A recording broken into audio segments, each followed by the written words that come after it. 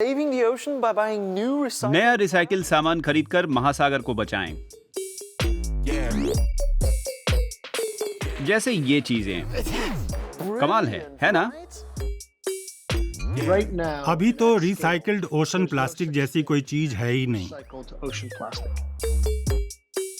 So is recycling ocean plastic recycle हो भी सकता है या कंपनियों का हरियाली को लेकर ये महज शिगूफा है?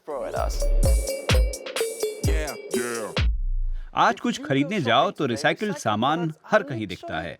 महासागरों के रिसाइकिल प्रोडक्टों की तो भारी मांग है। From the ocean. Coca Cola को मार्केटिंग के लिए समुद्री प्लास्टिक पसंद है। एडिडास को भी। उनका है ना वो ओशन अल्ट्रा बूस्ट स्नीकर।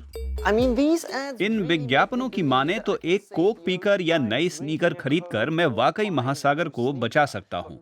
लेकिन हकीकत में महासागरों से प्लास्टिक निकालने का काम इतना हो नहीं रहा है। ocean plastic going on. एक बारगी प्लास्टिक समंदर में गया तो उसे वापस खींच पाना आसान नहीं, भले ही वो सतह के पास हो।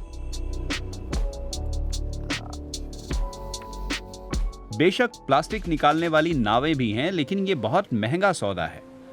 समंदर में तो लाखों टन प्लास्टिक पड़ा है, लेकिन अधिकतर नावें ज्यादा से ज्यादा 2 टन प्लास्टिक ही हर रोज निकालती हैं।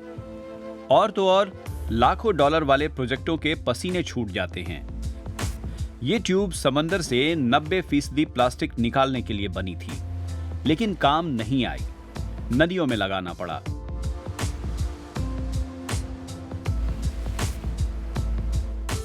महासागर से निकालने के बाद दर्जनों किस्म के प्लास्टिक की छटाई की जाती है, जैसे ये fishing net,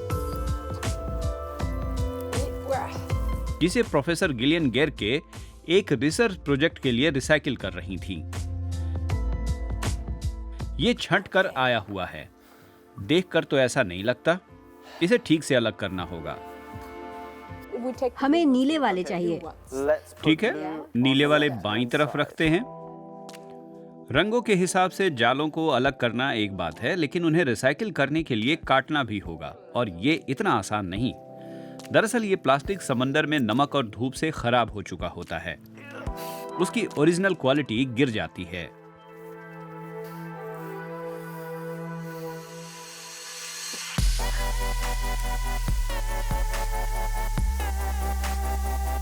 Okay, next step would अगला कदम होगा गंध से निजात। of dirt. Oh, You yeah. see? जरा सी भी रेत, सीवीड या शेल रह गई तो प्लास्टिक को कभी रिसाइकिल नहीं होने देगी।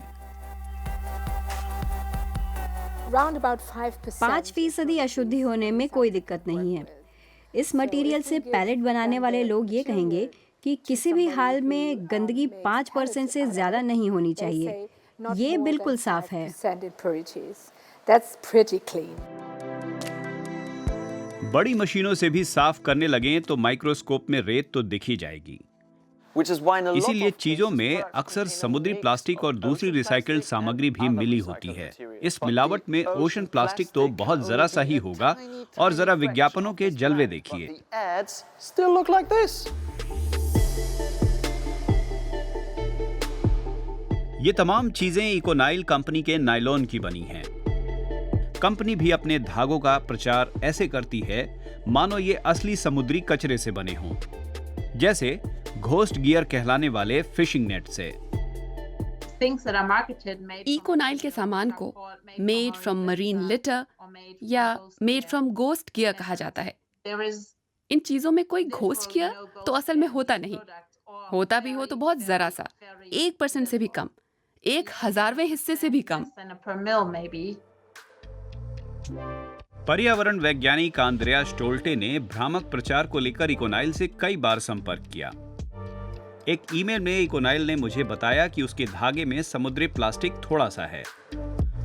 अगले कदम के लिए हमें प्रोफेसर गिलियन गेरके का तैयार किया हुआ मटेरियल इस्तेमाल करना है, वरना काटने में कई दिन लग जाएंगे। प्लास्टिक के इन छर्रों से लिफाफा खोलने वाले चाकू बनते हैं।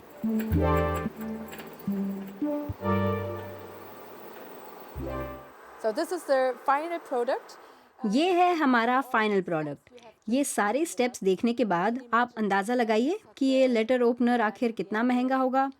मैं कहूँगी करीब 200 यूरो का। 1 around about 200 euros. 200 euro. Handmade. हाँ, हाथ का बना है। Handmade. और ये चीजें मशीन की बनी हैं, लेकिन कीमत कमोबेश वही है, गैर समुद्री प्लास्टिक के सामान जितनी। इन्हें बहुत जरा सा समुद्री प्लास्टिक चाहिए या ऐसा प्लास्टिक जो समंदर में ना हो। Right now, and अभी तो रिसाइकल्ड ओशन प्लास्टिक जैसी कोई चीज है ही नहीं। recycled ocean plastic.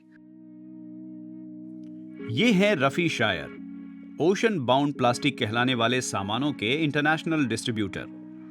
ये वो प्लास्टिक कचरा है जो तटीय इलाकों से 50 किलोमीटर के दायरे में पाया जाता है और समंदर में जा मिलता है। लचर कचरा प्रबंधन करने वाले देशों में ये होता है। थोड़ा खंगालें या और खंगालते जाएं तो बहुत सी कंपनियों की वेबसाइटों में ये खूब मिलेगा। जमीन पर ओशन बाउंड प्लास्टिक की भरमार है। प्रति टन कीमतें भी जरा देख लें।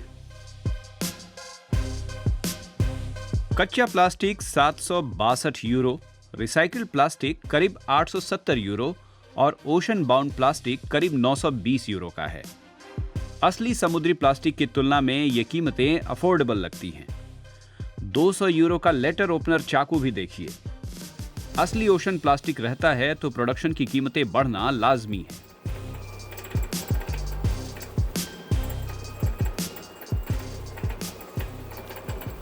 There's no need ब्रांडों को अपनी मार्केटिंग बढ़ा चढ़ा कर दिखाने की जरूरत नहीं।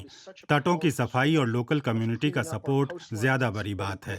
ये माल महासागर से निकला है, ये डींग न हाकें, बता दें कि असल में वो क्या चीज है और उसे कस्टमर तक वादे के मुताबिक डिलीवर कर दें।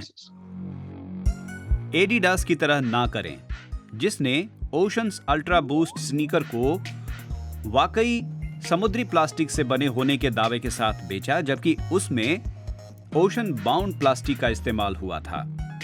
छोटी कंपनियों तक को यह साबित करने में मुश्किल आती है कि प्लास्टिक वाकई आया कहां से है। जर्मन बैकपैक निर्माता गॉट बैग अपने सामान को एक्चुअल ओशन प्लास्टिक से बना कहता है।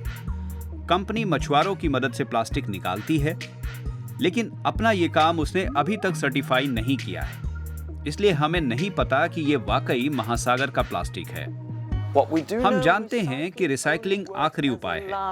कच्चे प्लास्टिक की बजाय ओशन प्लास्टिक या ओशन बाउंड प्लास्टिक का इस्तेमाल पर्यावरण की बेहतरी में छोटी सी जीत है, उतनी बड़ी नहीं जितनी कि कंपनियां आपसे मनवाना चाहती हैं। ध्यान से देखें क्या खरीद रहे हैं, फाइन प्रिंट पढ़ें, थोड़ा झुंझलाएं तो सही, कोई हर्ज नहीं, वरना आपके अच्छे इरादे धरे के धरे रह जाएंगे।